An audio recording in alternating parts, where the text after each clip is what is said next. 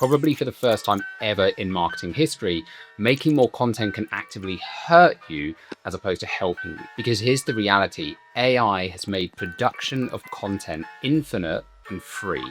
You already know the feeling. You land on a blog post, you read the first 2 sentences, and your gut says, yeah, an AI wrote this. And you close the tab. And here's the uncomfortable truth. Your customers are doing that with your content right now.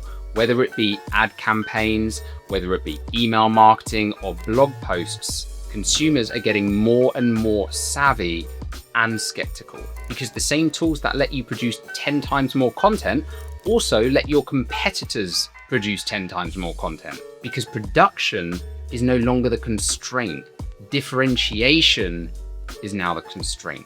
So the question is no longer how do I make more stuff, it's how do I make stuff that a machine can't.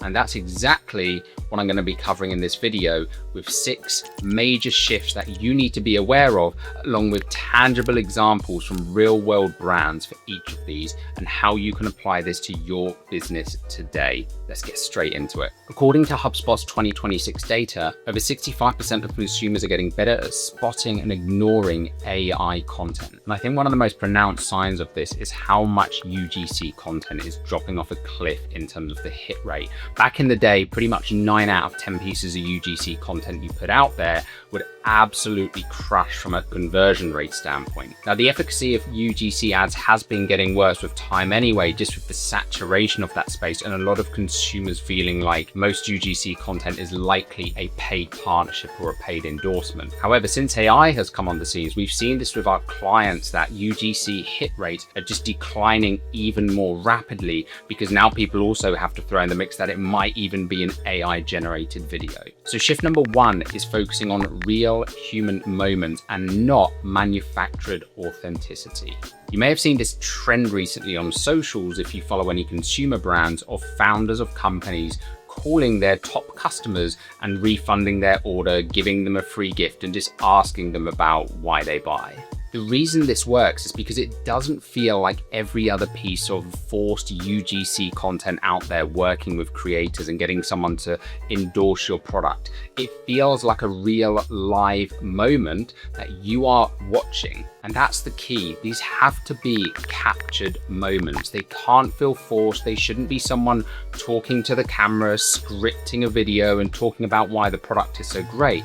This feels like you've literally dropped in on a conversation. I'll show you an example now by the founder of Breeze Beverages. This is one of the first brands I saw doing this that has really kicked off this trend over the past few months. Hello. This is kind of random, but this is Aaron Nosfish. I'm the founder and CEO at Breeze. Hey, how are you? I'm doing very well. How are you? This is so random. I was probably drinking one of your breeze on the way to dinner right now. Were you really? That's hilarious. Well, Deanna, I just want to call you and tell you thank you. You've been like a top customer of ours for a long time. I am a walking billboard for breeze. And how do you usually drink them? I take them out with me. Sometimes I pour them in a Gatorade bottle and pour them at my nice dinner restaurant. Oh, I love it. The thing I love about these videos is 1, it captures the real time reaction. Again, this is a moment in time. You can hear the genuine surprise from the customer by getting this call from the founder. The next thing it does is the customer naturally goes on to talking about why they buy from the brand, which becomes an amazing testimonial in itself. And again, because this feels like a moment you're watching as opposed to the customer actually talking to the camera and trying to sell you something, you don't feel like you're being sold to. You feel like you're maybe getting in on this thing that nobody else knows about yet. It's a very different positioning and framing to that message that works far more effectively, especially when people are more skeptical than ever. Shift number 2 is using proprietary data as your moat. So instead of writing generic articles like how to do X and just churning them out in volume, you have to remember AI has probably generated hundreds of thousands, if not millions of these articles now, and you are just going to end up sounding like everybody else out there. The content is going to get ignored and you'll probably end up being penalized by search engines for having repetitive spammy content. So instead, find ways to generate your own data that literally cannot exist anywhere else. This is exactly the kind of things that LLMs and search engines are now being trained to look for, because it feels like fresh content. And as long as you can back up these findings with credibility and authority, showing why you are an authority in this space, you have got significantly more chance of getting that content viewed. But even from a conversion perspective, that customer is far more likely to trust you and go on to inquiring or buying from you, because that content feels original, it feels real. I can't tell you how many times I've read an article from a brand when I've been searching something, and it has actively put me off of that business because it just sounds like such generic advice. And the worst thing is, this is what 98% of businesses are doing. Please do not make this mistake. The classic example of this is HubSpot's State of Marketing that they publish every single year. They do this by surveying their users, looking at their own proprietary data that they have on the platform. Now, you might be thinking, well, that's all great, Tom, for them. They're a software business. You can do this in any organization. Even if you're a D2C skincare brand, you can send surveys to your existing customers. Maybe you focus on ingredients, arrange to get some clinical studies done that haven't been done before, that you can then turn into different pieces of content about that thing.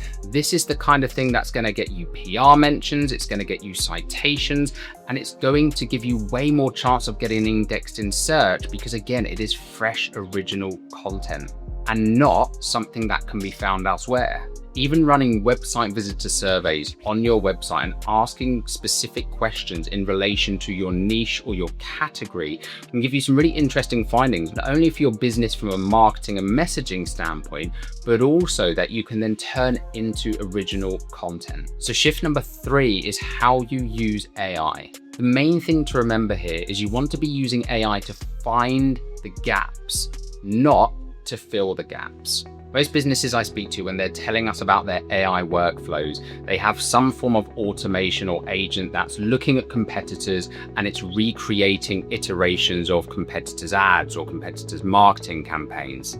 That is the fastest way to land you in a sea of sameness like everybody else. What you want to be doing is getting these LLMs to do what they do best, finding patterns and going the opposite direction from those patterns, not iterating on those patterns, but actively trying different things that are going to help you stand out. Now, don't get me wrong here. Iteration can work and it should always be part of any marketing strategy. If you've got something that you genuinely know is working for a competitor, and most of the time you probably don't know if it's actually working, I'm going to link to another video I did on competitor analysis up here and why everyone makes that same mistake. So check that one out after this video. Or maybe you've got some of your own content which you know is working. If that's the case, great. Iterate on it. But in my opinion, you should be making sure you've got at least 70% of your focus on creating net new content and new concepts and ideas that feel fresh and aren't what everybody else is doing. Shift number 4 is creating more in real life moments.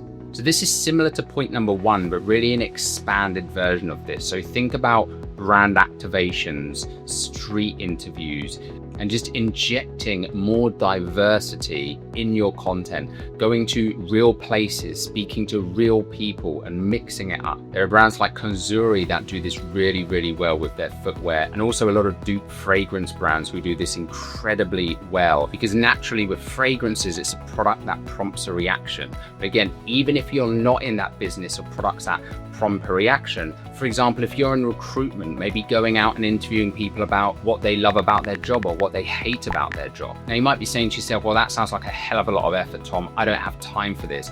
That is exactly the reason this works. And I really want you to think about this. When every other business out there is rushing to automating things and streamlining things with AI, The competitive move is to do the things that cannot scale, to do the things that cannot be automated, because they are the things that people are naturally going to gravitate toward.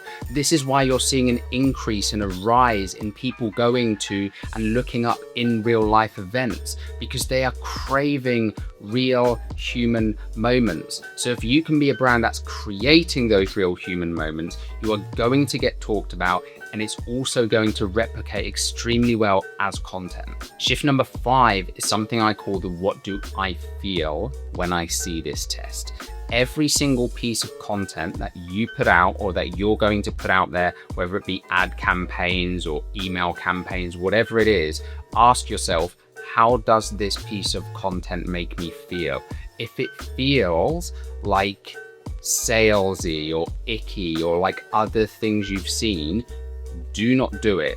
That is your sign. You can also do this when you're scrolling through your feeds, whether it be on LinkedIn, Instagram, TikTok, any of these platforms, YouTube, whatever you are scrolling through, whenever you are looking at content, take note of the kind of pieces where you're saying to yourself, yeah, right, I've heard this all before, whatever, and you're almost glazing over, right? Or you find yourself being annoyed with it because you've heard that thing so many times.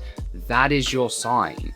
If you see content that grabs your attention or makes you feel some form of connection with the brand, lean into that. There is a reason for that. Emotions are so powerful. People don't use their feelings enough when it comes to marketing. It is the largest part of marketing intuition and getting a sense of what's going to work, because we like to apply logic to everything when it comes to marketing, right? Are we saying the right things? Are we doing the right things? Are we doing everything best practices?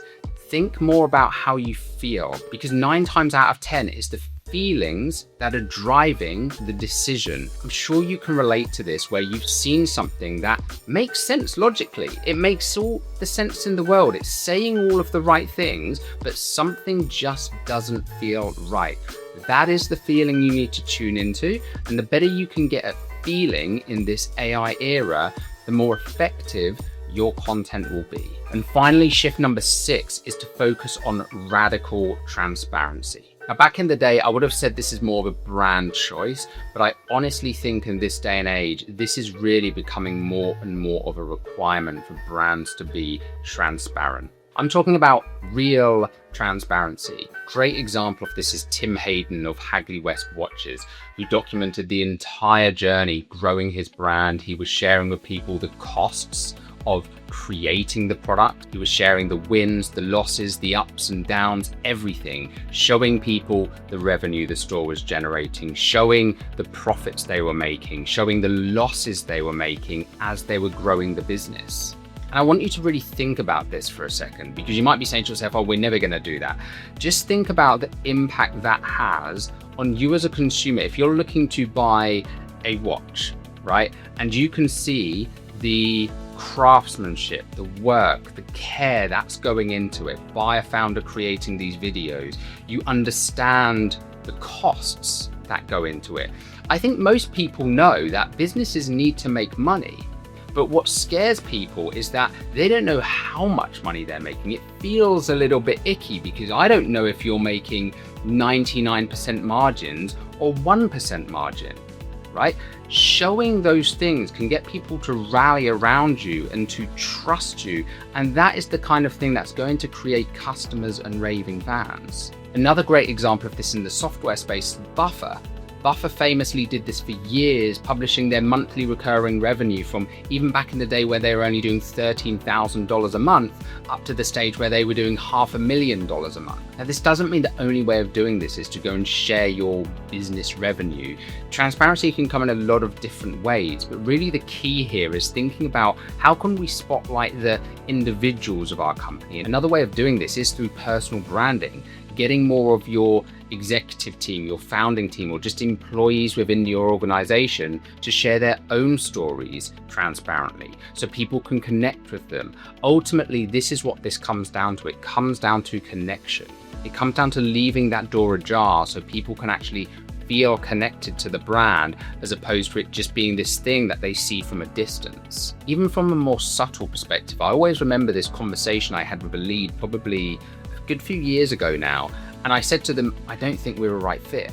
I just don't believe we're going to be able to get you the results here. They were ready to sign up, right? They really wanted to go ahead, but I said, look, I just think I'm going to be doing you a disservice if we were to work together on this, because I don't think we can get you the results you're looking for. So we didn't end up working with them. However, that prospect ended up, I think, like about 6 months later, introducing and referring a friend of theirs to us who did start working with us, who did end up becoming a client. And that's how these things work. Sometimes it's just small seeds that you plant when you integrate transparency into your organization, because it makes you feel so different. And they said this to me on the call as well. They said, I don't think I've ever spoken to a marketing agency, or any company for that matter, who has said, I don't think we're a right fit. Most people out there are trying to get a quick sale. Again, this is in the context of, a marketing agency, but there are so many other examples and ways that you can deploy transparency. You just need to think about how you can apply this to your business and your niche. Now, if you really want to level up your content in a way that's going to differentiate you from the competition, you're going to want to check out this next video coming up. I'll see you there.